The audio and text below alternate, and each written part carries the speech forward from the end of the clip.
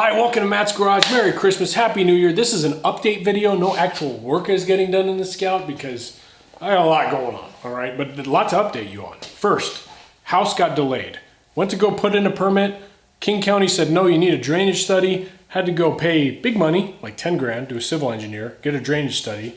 We just resubmitted, and it's gonna be 18 to 20 weeks. So, given that timeline, I got time to work on the Scout.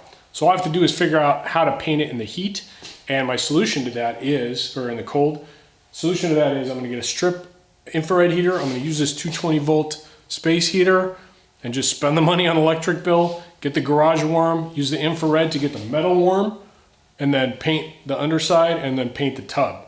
I want all that stuff done so that when my stuff comes back from powder coating, I can just put it on for the last time, for the first time, for the last time. So that's the idea. Whether it'll work or not, I don't know.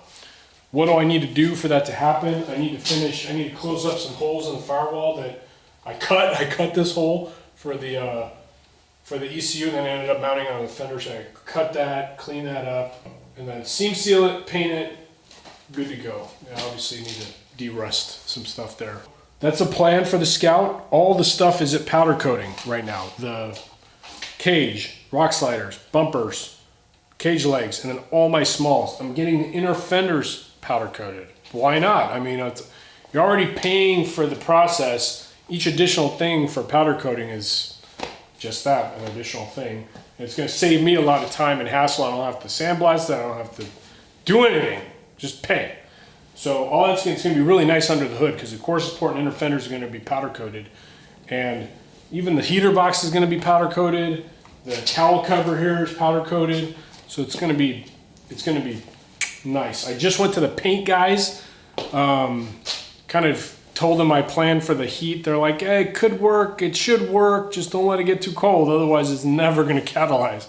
So I gotta make sure to follow through by having heating blanket under the paint, infrared strip heater, and running this thing, and then open the garage, vent, paint, close the garage, heat back up. It should be okay, theoretically. That's it. It's been a crazy year, and next year is going to be even crazier. Just got to end up losing some of this winter weight, man. I was told, so you know, yeah. So first of all, Matt's Garage is the only place where if you binge watch my show, you can watch a guy gain 40 pounds in 2 days. I was at McDonald's. Okay, I don't normally go to McDonald's, but I went to McDonald's, and a young girl behind the counter, and you know, taking the drive-through, the pay one. So she goes, has anybody told you you look like a cross between Dan Aykroyd and Bill Murray? And I was laughing. I mean, to me, it was cool. I love both of those comedians, and I would, you know, that's an honor to me. But it also tells you, Matt, time to cut back on the holiday chocolate. Holy smokes. Sometimes you need that outside kick in the pants to get you motivated. And if that, you know, yeah. Oh my God, it's so funny. Dan Aykroyd. And then we had a nice conversation about Zombieland.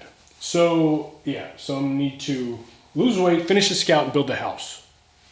Small goals for the new year. See you next time on Matt's Garage.